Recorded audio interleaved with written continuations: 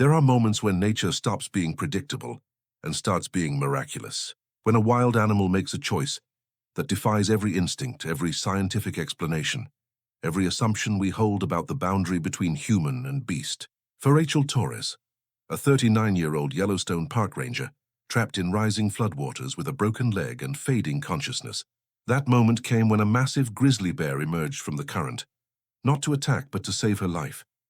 What happened over the next 3 days would challenge everything biologists thought they knew about animal behavior, spark a global conversation about intelligence and empathy in the wild, and prove that sometimes the most profound connections happen between the most unlikely souls. If you want to witness a story that will restore your faith in the impossible, hit subscribe right now. Because what this bear did after the rescue will leave you speechless. Rachel Torres had been a Yellowstone park ranger for 17 years, long enough to know that the park didn't care about your experience when it decided to kill you. She'd seen veteran rangers taken by rock slides, hypothermia, and once horrifically by a bull elk during rutting season. The wilderness didn't respect your badge or your knowledge. It just waited for you to make one mistake, and then it took everything. Her mistake had been underestimating the spring runoff. May in Yellowstone meant snowmelt from the high country, rivers swelling to twice their normal size, and conditions that changed by the hour. Rachel had been patrolling the Lamar Valley backcountry, checking on trail conditions, after 3 days of unseasonably warm weather that had accelerated the melt. The reports from headquarters had mentioned elevated water levels, but nothing critical. Nothing that suggested the soda. Butte Creek would transform from a modest stream into a raging monster in the span of 2 hours. She'd been crossing a log bridge once she'd used 100 times when the flash flood hit. It came from upstream like a liquid avalanche, carrying trees, boulders, and debris in a churning brown wall of destruction. The bridge disintegrated beneath her feet. One moment Rachel was on solid wood. The next she was in the water, tumbling, gasping. Her radio ripped from her belt. Her world reduced to chaos and cold, and the inability to tell which way was up. Her leg hit something. Hard, a submerged boulder or tree trunk, and she felt the bone snap with a sensation that was less pain and more wrongness, like reality breaking. She screamed, swallowed water, broke the surface just long enough to grab a floating log. The current carried her downstream at terrifying speed, the world a blur of white water and gray sky, and her own ragged breathing. She didn't know how long she was in the water. Minutes felt like hours. The cold was worse than the pain, seeping into her core, slowing her thoughts, making her fingers clumsy on the log that was the only thing keeping her alive. Her broken leg dragged uselessly, screaming every time it hit debris. Blood clouded the water around her, and some distant, clinical part of her brain noted that this was how people died in floods. Not from drowning immediately, but from exhaustion, hypothermia, and injuries that accumulated until you simply couldn't hold on anymore. The current finally threw her into a shallow eddy where fallen trees had created a temporary dam. Rachel dragged herself onto the muddy bank with her arms, her leg a useless anchor of agony, and collapsed face down in the dirt. She lay there gasping, shaking violently, unable to make her body obey even simple commands. Her ranger uniform was shredded. Her left leg bent at an angle that made her stomach lurch, and her radio, her GPS, her emergency beacon, all gone, swept away by the flood. She was alone in the backcountry with a compound fracture, at least 5 miles from the nearest trail. With a storm rolling in, and temperatures that would drop below freezing after sunset. Even if headquarters realized she was missing, they wouldn't know where to look. The flood had carried her at least 2 miles from her last known position, through terrain that was now impassable. Rachel had led enough search and rescue operations to know her odds. They were approximately 0. She tried to sit up and failed, her vision graying at the edges. The pain in her leg had gone from acute to a deep nauseating throb that suggested serious vascular damage. She was going into shock, her body prioritizing core temperature over consciousness, beginning the slow shutdown that would end in hypothermia and death. "Help!" she called out, her voice barely a whisper, knowing it was futile. "Somebody help me." The forest gave no answer. Just the roar of the swollen creek, the wind in the pines, and the first drops of cold rain hitting her face. Rachel closed her eyes, thinking about her daughter Sophia, who was 12 and lived with Rachel's ex-husband in Bozeman. thinking about how Sophia would hear the news, how she'd cry at the funeral, how Rachel's last words to her had been a distracted, "Love you, be good," before this patrol. She didn't want to die, but wanting didn't matter in the wilderness. The wilderness didn't care. That's when she heard it, a sound that made her blood freeze despite the hypothermia. Heavy footsteps, the crack of branches, and then a huff, low and powerful, the kind of sound that could only come from one animal in this region. Rachel forced her eyes open and saw, through the rain and her fading consciousness, a massive grizzly bear emerging from the tree line 30 feet away, male, easily 600 pounds, dark brown fur soaked from the rain, and he was walking directly toward her, his dark eyes fixed on her broken body with an intensity that could only mean one thing. She was about to become prey. Rachel had no weapon, no strength to run, no options at all. She could only watch as the grizzly approached, close enough now that she could see the individual droplets of rain on his fur, could smell the wild musk of him, could see something in his eyes that looked almost like recognition. The bear stopped 5 feet away, studying her with an intelligence that felt wrong, too aware, too focused. Then he did something that made Rachel question whether she was hallucinating from shock. He sat down. Not aggressively, not preparing to attack. He just sat, like a dog waiting for a command, watching her with those dark eyes as the rain fell and Rachel's consciousness began to slip away into darkness. Rachel woke to warmth. Not the feverish heat of infection, but deep, encompassing warmth that suggested she wasn't alone. Her eyes opened slowly, vision blurry, brain struggling to process what she was seeing. Fur, brown fur pressed against her back and side, rising and falling with slow, steady breaths. The grizzly bear was curled around her. Rachel's first instinct was pure terror, a jolt of adrenaline that cleared her head and made her heart hammer. But the bear didn't move. He just continued breathing, his massive body creating a shelter against the rain that was now coming down in sheets. One enormous paw rested near her shoulder, not pinning, just there, present, protective. She was alive. Against all logic, all natural law, she was alive and warm because a wild grizzly bear had apparently decided to share body heat with a dying human. Rachel's scientific mind tried to rationalize it. Bears sometimes cached food, covered prey with debris to return to later. But that didn't explain the gentleness, the way the bear had positioned himself to block the wind. The fact that he could have killed her a dozen times over while she was unconscious and hadn't. Her leg still throbbed with sickening intensity, but the shaking had stopped. The bear's body heat had pulled her back from the edge of hypothermia. She was still in critical condition. The bone break needed immediate medical attention. Infection was almost certain. But she wasn't dead. Not yet. The bear's breathing changed and Rachel felt him stir. She froze, every muscle locking as the massive head lifted and turned to look at her. This close, his face was enormous, ancient, scarred from years of survival. One ear had a distinctive notch, likely from a fight with another male. His eyes were dark brown, and they studied her with unsettling focus. "Easy," Rachel whispered, though she wasn't sure if she was talking to the bear or herself. "Easy, big guy," the bear huffed, a sound she'd heard hundreds of times from a distance but never 6 inches from her face. Then he carefully extracted himself from around her, standing with the fluid power that made grizzlies both magnificent and terrifying. Rachel braced for what came next, but the bear didn't attack. He walked to the creek's edge, now somewhat calmer than the raging torrent from yesterday, and looked back at her expectantly. It was the strangest moment of Rachel's career. The bear was waiting for her to do something. But what? She tried to sit up and immediately regretted it. Pain exploded through her leg, white-hot and nauseating. She managed to prop herself on her elbows before her strength gave out.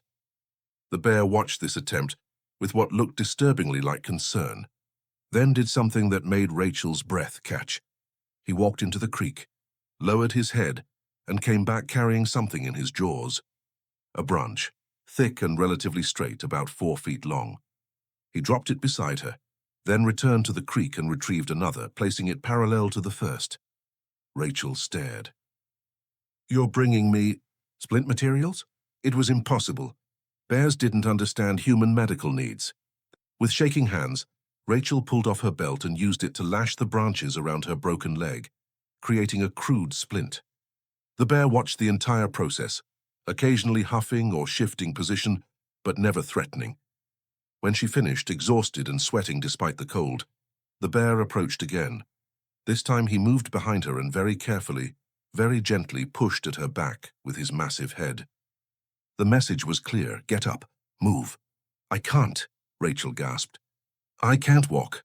The leg, the bear huffed louder, more insistent. He pushed again, and Rachel understood with sudden clarity what he wanted. He wanted her to climb onto his back. That's insane, she said aloud. You're a wild animal. You don't give people rides. This doesn't happen. But the bear persisted, lowering himself slightly, continuing to nudge her with increasing urgency. And Rachel, out of options and fading fast, made a choice that defied every protocol in her training manual. She grabbed handfuls of the bear's thick fur and, using her one good leg and fading strength, hauled herself onto his back. The bear stood immediately, adjusting his weight to compensate for hers, and Rachel wrapped her arms around his neck, pressing her face into his wet fur. Holding on with everything she had, the bear began to walk. Not randomly, but with clear purpose, following the creek downstream, stepping carefully over obstacles, adjusting his gait whenever Rachel gasped in pain. He was taking her somewhere, and Rachel, delirious with pain and shock and the sheer impossibility of what was happening, could only hold on and try not to fall off as a wild grizzly bear carried her through the flooded Yellowstone backcountry, like she was something precious that needed saving. Behind them, the rain continued to fall, and the swollen creek raged on. And somewhere in the distance, search helicopters that hadn't found her yet continued their grid patterns over all the wrong sections of wilderness. Rachel pressed her face into the bear's fur and whispered, "Thank you. I don't know why you're doing this, but thank you." The bear huffed once, a sound that somehow conveyed acknowledgement, and kept walking through the storm, carrying his impossible burden toward a destination only he could see. The bear carried Rachel for what felt like hours, though her grasp on time had become elastic and unreliable. The rain had softened to a steady drizzle, and the forest around them gradually changed from dense pine to more open terrain with scattered meadows. Rachel drifted in and out of consciousness, her body shutting down non-essential functions to cope with pain and exhaustion. Each time she woke, she was still on the bear's back, still moving, still impossibly alive. When the bear finally stopped, Rachel forced her eyes open and saw they'd arrived at a place that made her breath catch. A small cave, barely visible behind a curtain of willow branches, carved into a hillside above the flood zone. The opening was large enough for the bear, but sheltered, dry, and most importantly, safe from the rising waters that had nearly killed her. The bear lowered himself carefully, and Rachel half slid, half fell off his back onto the dirt floor of the cave. She lay there gasping, her legs screaming, while the bear disappeared back outside. For a terrifying moment, Rachel thought he'd brought her here and abandoned her, that whatever strange instinct had driven him to help had finally exhausted itself. But he returned within minutes, carrying something in his mouth. A dead salmon, fresh from the creek, still silver and pink. He dropped it near her head and looked at her expectantly. "I can't eat raw fish," Rachel said weakly, then almost laughed at the absurdity of having this conversation with a grizzly bear. "I need fire cooking." The bear huffed, a sound Rachel was beginning to interpret as frustration. He nudged the fish closer, then sat back on his haunches, watching her with those unsettling, intelligent eyes. Rachel stared at the salmon, her stomach cramping with hunger despite her nausea. She'd been in the wilderness for over 24 hours now with no food. Her body needed fuel desperately. Using her knife, miraculously still attached to her belt, Rachel cleaned the fish as best she could with shaking hands, then forced herself to eat small pieces of the raw flesh. It was cold, slippery, and tasted like river water, but it was protein and her body accepted it gratefully. The bear watched her eat with what looked like satisfaction, then retrieved his own meal, another salmon he'd apparently cached nearby, and began his own dinner. They ate together in the cave as evening approached, predator and prey sharing space in a way that violated every natural order Rachel understood. When she finished what she could stomach, the bear approached and did something even more remarkable. He gently sniffed her injured leg, his nose inches from the crude splint, then very carefully began licking the exposed skin above and below the break. "What are you doing?" Rachel whispered, but she didn't pull away. The bear's tongue was rough but surprisingly gentle, and she realized with shock that he was cleaning the wounds, removing dirt and debris with methodical precision. It was behavior she'd seen in pack animals caring for injured companions, but never across species, never with this level of focused intention. When the bear finished, he moved to the cave entrance and lay down across it, positioning his massive body as a living barrier between Rachel and the outside world. The message was unmistakable. "Nothing gets past me to hurt you." Rachel lay back against the cool stone wall, her mind struggling to process the last 36 hours. This wasn't normal animal behavior. This was complex problem-solving, empathy, intentional caregiving. In 17 years as a ranger, she'd never witnessed anything like it. Bears were intelligent, absolutely, but this was something more. This was deliberate choice. "Who are you?" she asked softly into the dimming light. "Why are you helping me?" The bear's ear, the one with the distinctive notch, twitched at her voice, but he didn't turn around. He just continued his vigil, watching the forest beyond, keeping her safe. Rachel pulled her remaining gear closer, her waterproof emergency blanket, her knife, an energy bar she'd found in her pocket, and tried to think rationally. She was still in critical condition. The leg infection she could feel starting would kill her in days without antibiotics. Search and rescue would be looking, but the flood had carried her miles off course, and the bear had carried her even farther. Her chances of being found in this cave were minimal, but she wasn't dead. Against all odds, against every statistical probability, a wild grizzly bear had saved her life and was continuing to protect her. Why? She thought about the notched ear, the scars, the way the bear responded to her voice with recognition, and then a memory surfaced from 3 years ago, a wildlife rehabilitation case that the entire ranger station had followed.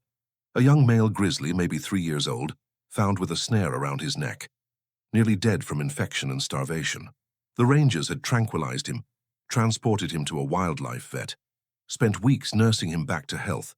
Rachel had been part of the team that released him back into the wild after his recovery. She remembered that Bear had a notched ear, the result of frostbite damage before his rescue. "Is that you?" Rachel whispered, staring at the massive form blocking the cave entrance. "Bear 47, is that why you're helping me?" "Because we helped you?" The bear's ear twitched again, and very slowly, he turned his head to look at her.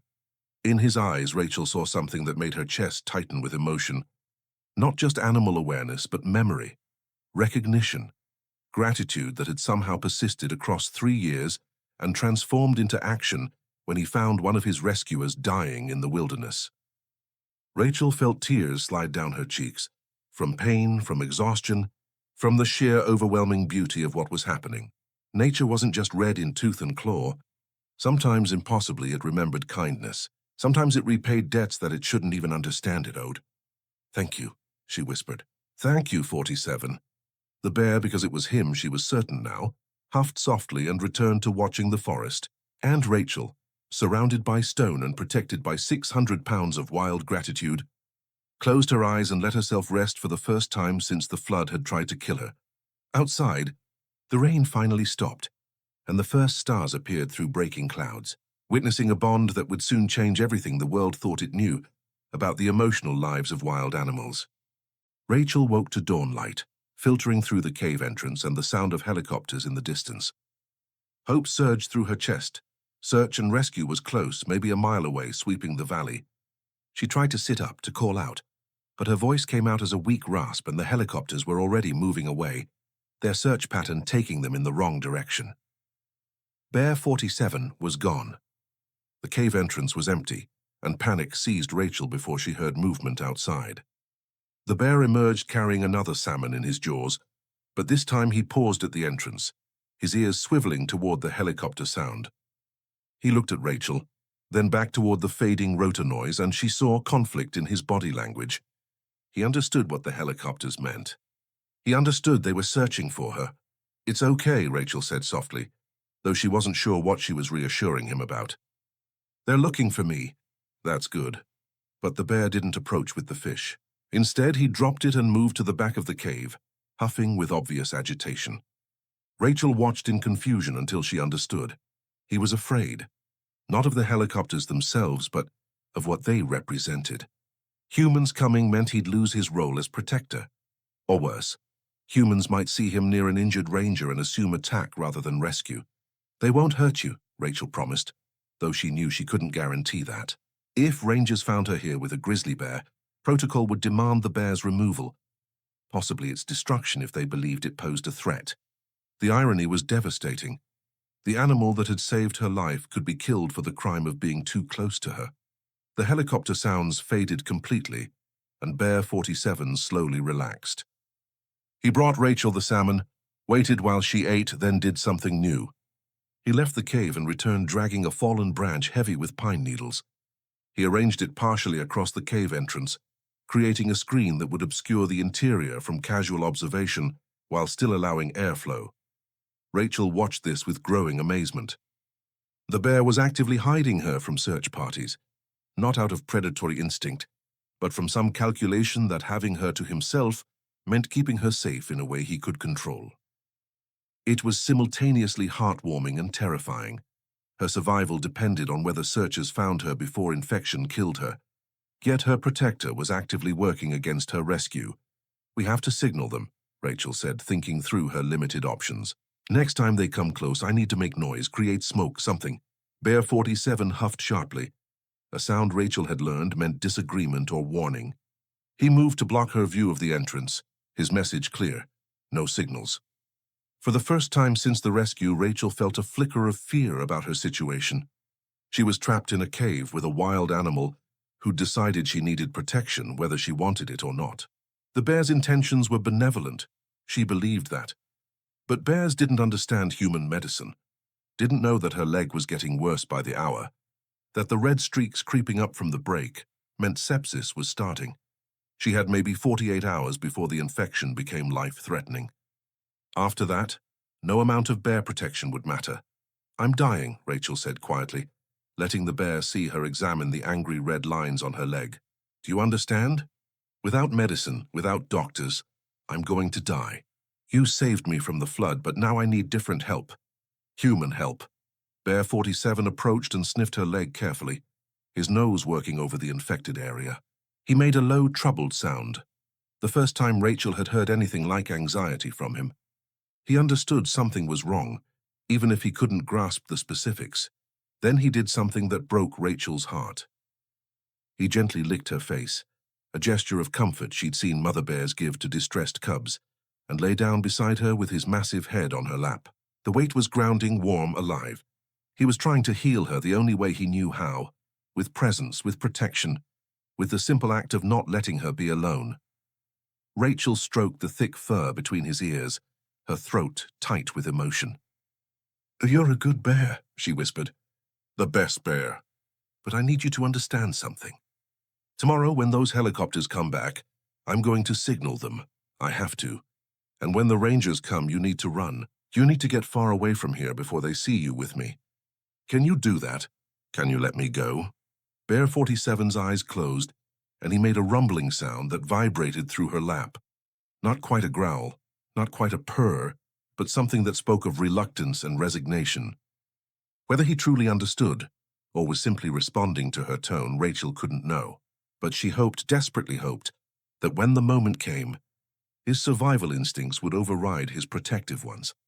Outside, the sun climbed higher, and somewhere in the Yellowstone wilderness, search teams were regrouping, planning their next sweep. Rachel had one more day, maybe two, before she'd have to choose between the bear that saved her and the humans who could keep her alive. She just prayed she'd survive long enough to make that choice. By the second night, Rachel was burning with fever. The infection had spread faster than she'd feared, turning her skin hot to the touch, bringing waves of delirium that made the cave walls swim and blur. She drifted between consciousness and hallucination, sometimes seeing her daughter Sophia sitting beside her, sometimes seeing her ex-husband, sometimes seeing nothing but darkness shot through with pain. Through it all, Bear 47 never left. He brought water in his mouth, dribbling it onto her lips when she was too weak to drink properly. He kept her warm when chills racked her body, pressing his massive form against her shaking limbs. And when the fever dreams got bad, when Rachel cried out in confusion and fear, he made low rumbling sounds that somehow cut through the chaos and anchored her back to reality. On the third morning, Rachel woke with a moment of terrible clarity, the kind of clarity that came before the end, when the body made one last push toward consciousness before shutting down completely. Her leg was grotesque now, swollen to twice its normal size, the skin tight and discolored. The red streaks had reached her thigh. She could smell the sickly sweet odor of necrosis. She was out of time. "Hey, big guy," she whispered to Bear 47, who was lying beside her as always. "I need you to listen. Today's the day.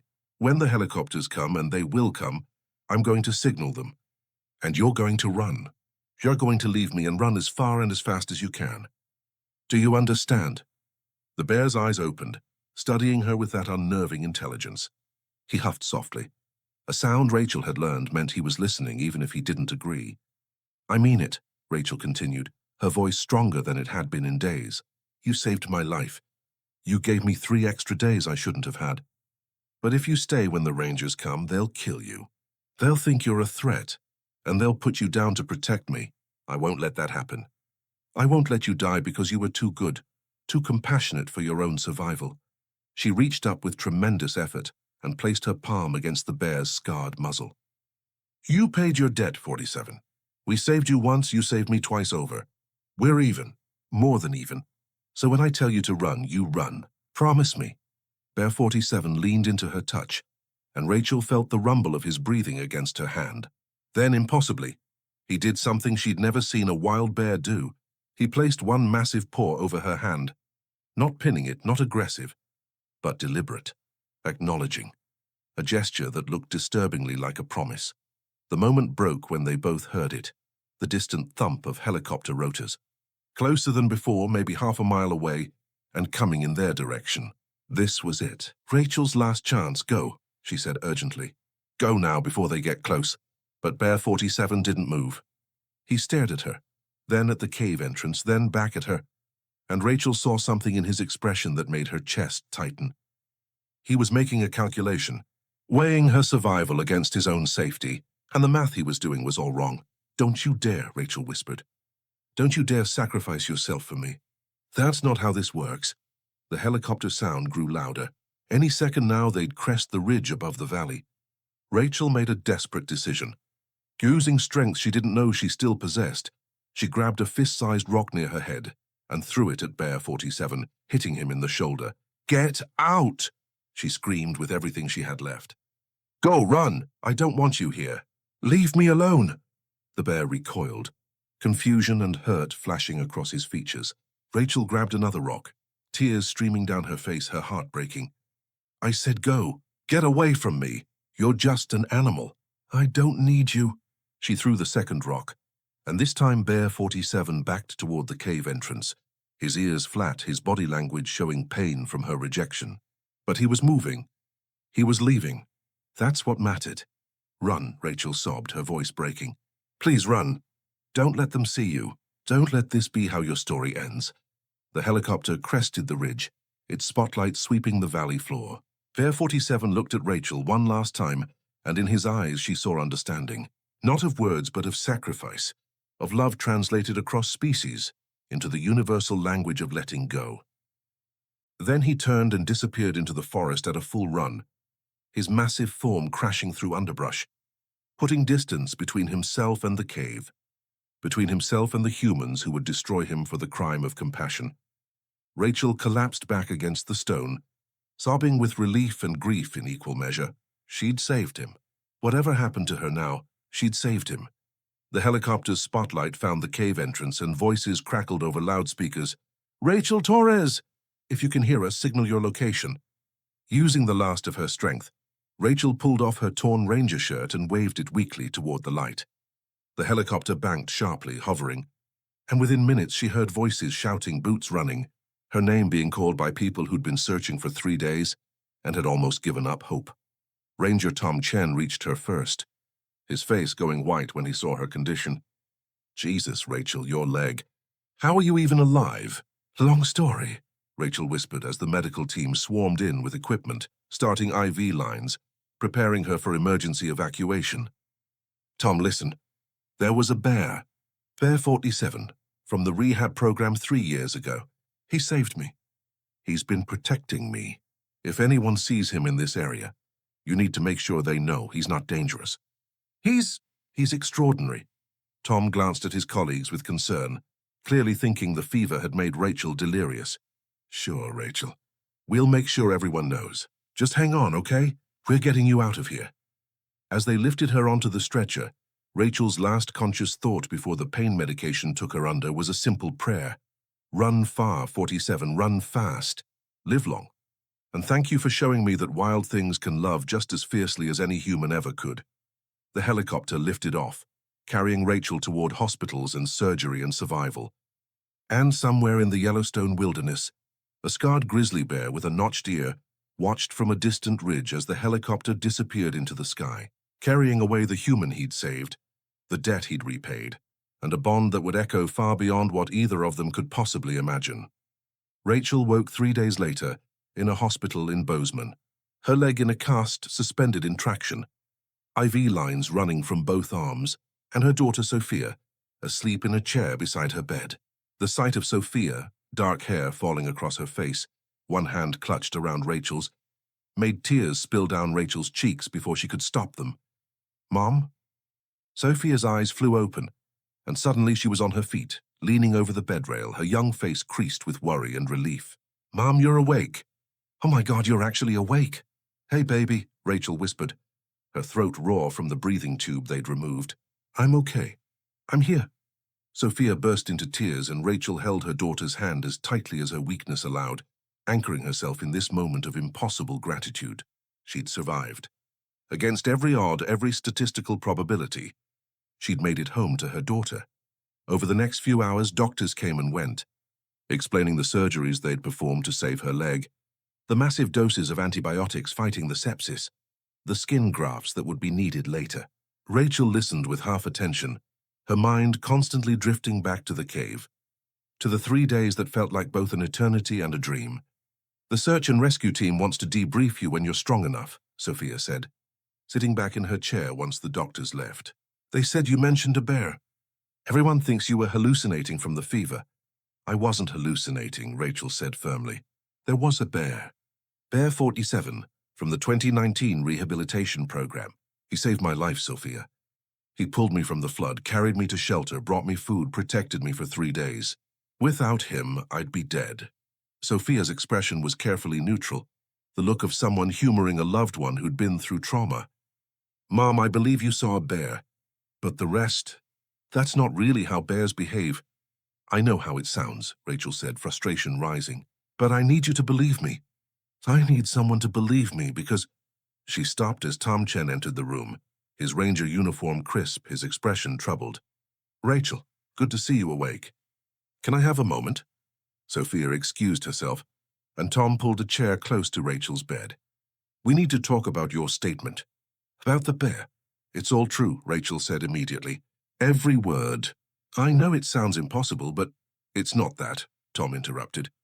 It's what happened after we evacuated you. Rachel. A bear showed up at the Lamar Valley Ranger Station 2 days ago. A big male with a notched ear, matching the description of Bear 47. He's been waiting there, just sitting near the parking lot, not aggressive, not leaving. Like he's looking for something. Rachel's breath caught. He came to find me? It looks that way, and there's more. Someone got footage. Tom pulled out his phone and showed Rachel a video that made her heart stop. The video showed Bear 47 sitting calmly in the station parking lot, while rangers and tourists kept a cautious distance. But what stunned Rachel was what the bear was doing. He'd arranged stones and sticks in the parking lot dirt, not randomly but deliberately. And the pattern, crude but unmistakable, formed the number 47. He wrote his designation number, Rachel whispered, her mind reeling. He's telling you who he is. He's trying to identify himself. That's impossible, Tom said, but his voice lacked conviction. Bears don't understand human numbering systems. They don't create symbols.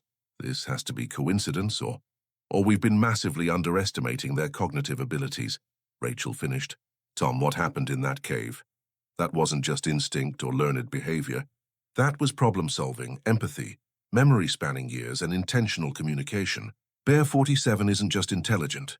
He's been trying to tell us that since the moment we rescued him 3 years ago. Tom was quiet for a long moment, staring at the video. The media got hold of the footage. It's going viral.